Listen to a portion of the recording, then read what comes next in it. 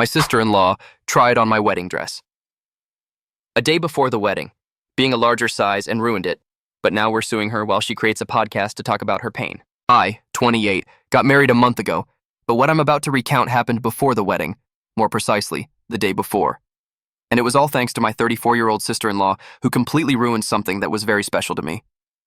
I still can't understand what was going through her head or why she thought what she did was okay. Honestly, I don't think I'll ever get over it. My sister-in-law is my 30-year-old husband's older sister. She's a woman who doesn't mind her own business. She minds everyone else's. I want to clarify that she wasn't directly mean to me, but I also wouldn't say we got along well. There was something between us that was hard to explain, as if she saw me as someone invading her space. I think that's the necessary context to understand the rest of my story.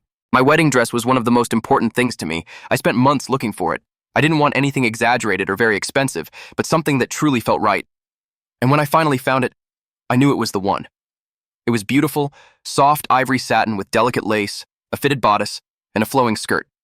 It wasn't cheap either, but I paid for it myself with my savings. I went to several fittings, had adjustments made, and finally had it perfectly tailored to my measurements. I am a size 6, and the dress was made exactly for me. I kept it carefully in my closet inside a sealed protective bag, waiting for the big day. I had everything planned in detail: hair, makeup, shoes, and everything to match that dress. But then my sister-in-law showed up to ruin it. The day before the wedding, I stayed at my in-laws' house because it was closer to the venue. My husband had gone to one of his groomsmen's houses. My dress was hanging in the closet of the guest room where I was sleeping. I don't think it was necessary to tell people not to touch it. It was clear that no one had any business with it. It was a wedding dress for the bride, simple as that. I went out with my bridesmaids for lunch and to pick up some last-minute things. I was out for maybe 3 hours, and when I returned, I went upstairs and immediately noticed that something wasn't right.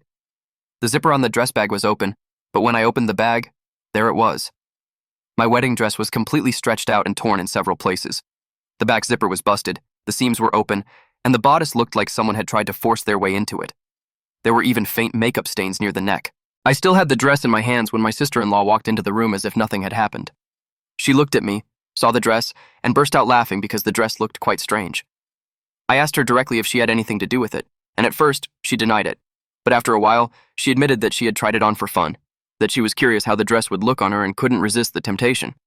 She thought it wasn't a big deal because they were just a few problems that could be fixed with a little sewing. Here's the detail.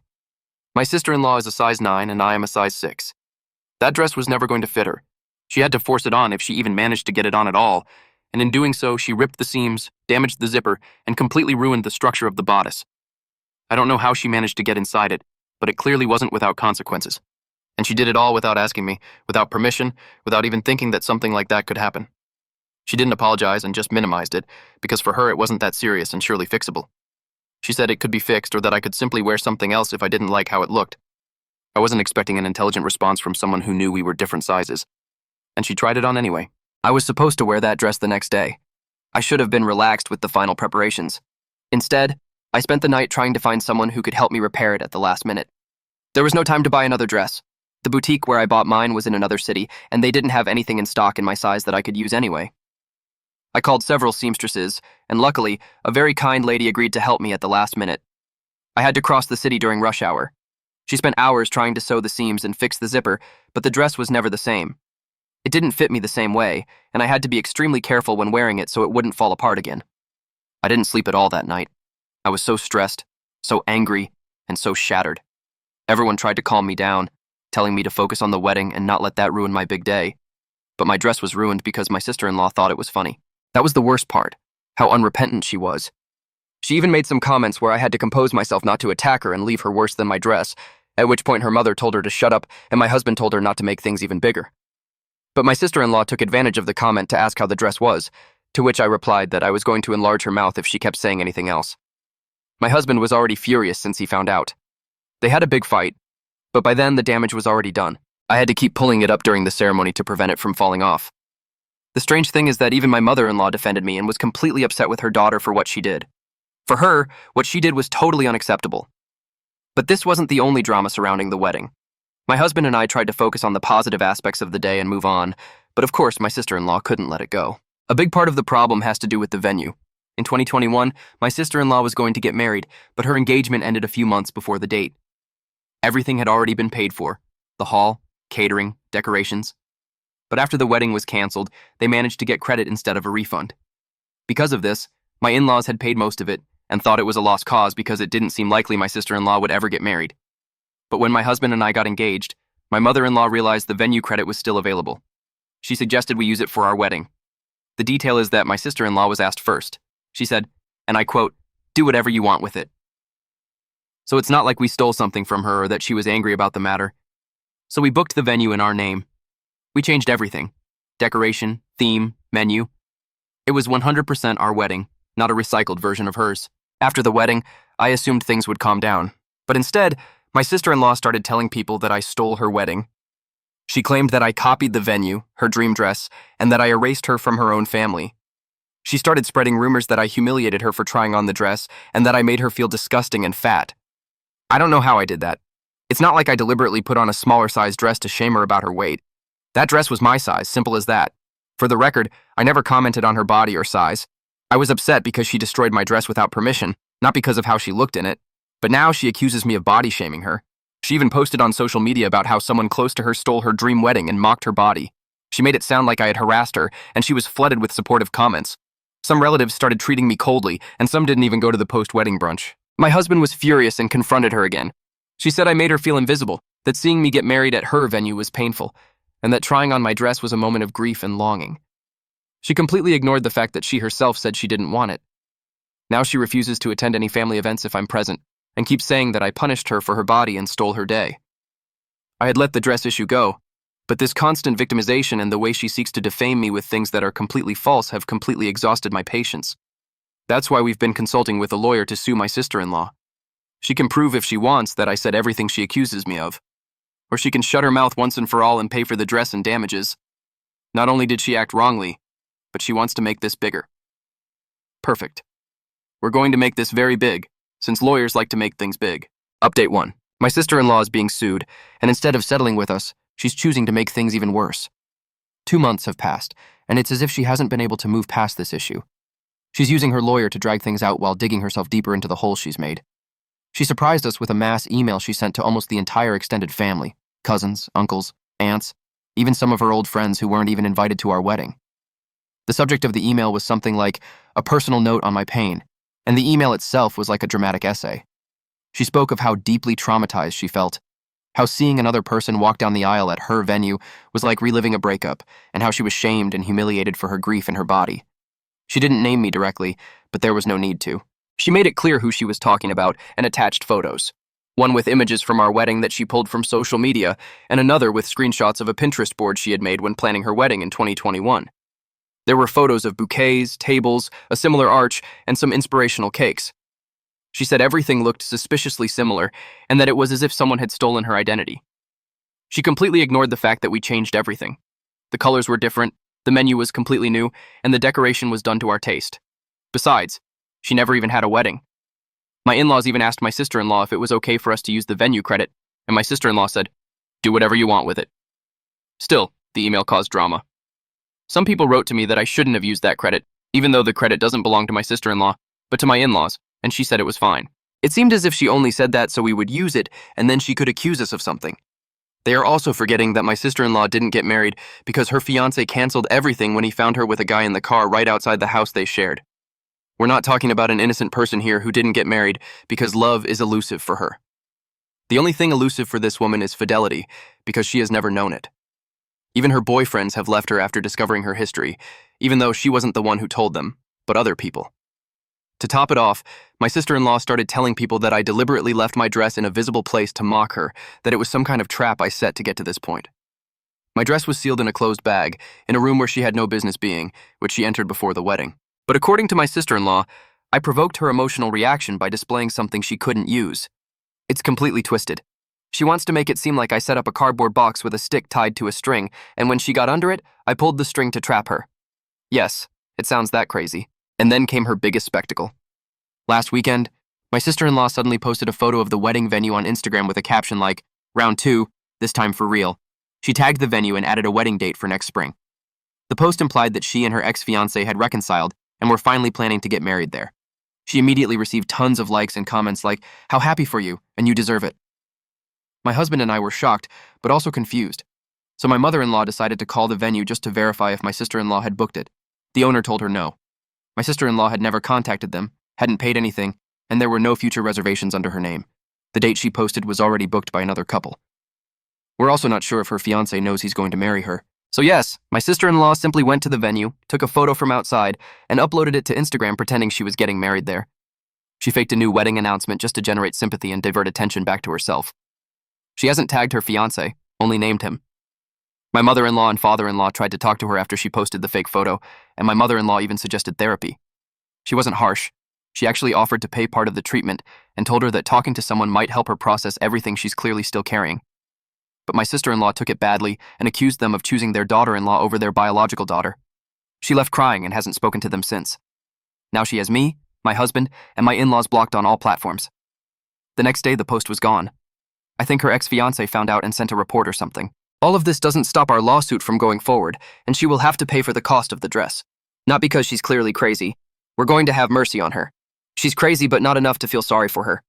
I even think she's using this supposed craziness as an excuse. But it won't work because anything she uses against us will be used by us to sue. The best thing she could do is stop this nonsense and reach a settlement, because otherwise, this will cost her much more than a simple dress. Update 2. A month has passed since my sister-in-law faked a wedding announcement, blocked half the family, and turned the whole situation into a self-pity circus. I hadn't heard from her since her meltdown and thought she had finally chosen the better path and everything would just proceed through legal channels. Until I received a direct message from someone telling me more of my sister-in-law's nonsense. Your sister-in-law has a podcast now where she talks about you. At first, I thought it was a joke. No one makes a podcast to talk about another person, especially someone with an active lawsuit against them. But when I clicked the link, there it was. It already had 4 episodes, and in each episode, she talked about her pain and attacked me. The podcast was called Healing the Bride, and the description said it was about the raw and painful journey of a woman whose big day was stolen from her and whose heart was broken. She never mentioned my name, but the entire podcast was about me. Every episode was full of stories from her own life, but dramatized to seem more painful than they truly were. Like the dress episode, for example, where she said she innocently tried on a dress and how that moment turned into a full-blown attack on her for being a few pounds overweight and for being a bride who was left. She talked about being body-shamed and banished from her family for not looking like a model in a dress that wasn't made for her. Plus, it included exaggerated emotional music and even fake tears, which I think weren't hers, but effects added later. I have to admit, she put a lot of effort into it.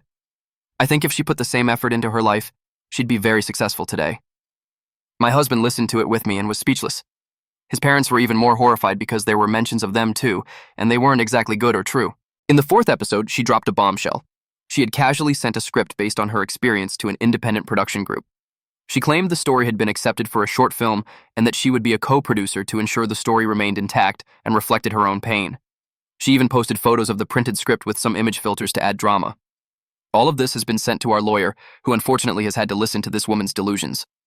Unfortunately, not just because he's listened and wasted his time on this, but because all those hours will be paid by us. But if we win, my sister-in-law will be the one to pay for all of this. Then she can start a new podcast called The Lawyer's Bills Payable. I'm sure it will be a huge success.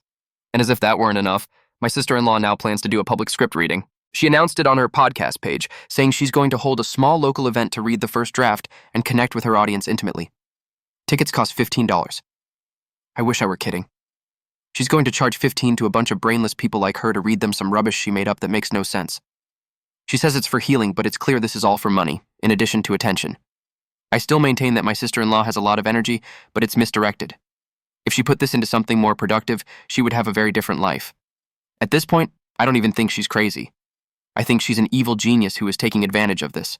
Update 3. I didn't think my sister-in-law could top everything she had already done, but somehow she managed it. I thought her fake wedding announcement, the podcast, and the script reading were her rock bottom. Goodness knows how wrong I was, because my sister-in-law has many ideas. This latest action wasn't just dramatic, it was cruel, and this time it finally made the rest of the family fed up. It all started with an invitation, not from my sister-in-law, but from her new assistant. Apparently she has an assistant, though it's likely just her using another email account. I received an email from a generic Gmail account stating that my sister-in-law was organizing a private screening of a documentary at a rented local hall. The invitation was formal. I rolled my eyes and deleted it. My husband also received one, as did his parents and other family members. None of us planned to attend. After the podcast and the fake short film buzz, we thought it was just another attempt to grab attention. But one of my husband's cousins went, mostly out of curiosity. Then she told us everything. We thought it was all fake, like her fake wedding, but there really was an event. My sister-in-law had rented a small event space and decorated it with candles, white roses, and framed photos of herself.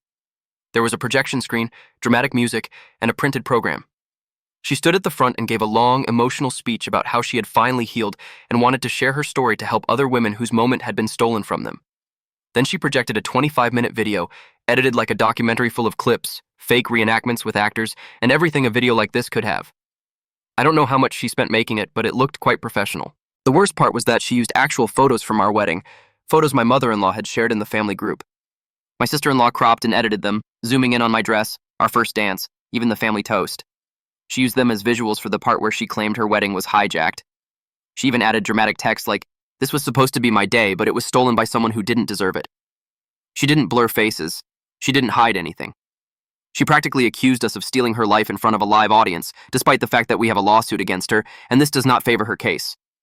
The cousin said people looked uncomfortable, murmuring among themselves and exchanging glances. Some got up and left halfway through the screening, but the final moment was what changed everything. My sister-in-law ended the presentation by announcing that she was about to publish a memoir, not just a digital version, but a printed one. She showed a proof copy and said it would be publicly launched next month through self-publishing. The title, Stolen Vows, A Sister-in-Law's Betrayal. When asked if the book was fiction or non-fiction, she proudly replied that it was her truth and that she wasn't going to change the names. The next morning, our lawyer had everything. A signed statement from the cousin, a copy of the book she plans to publish. Everything.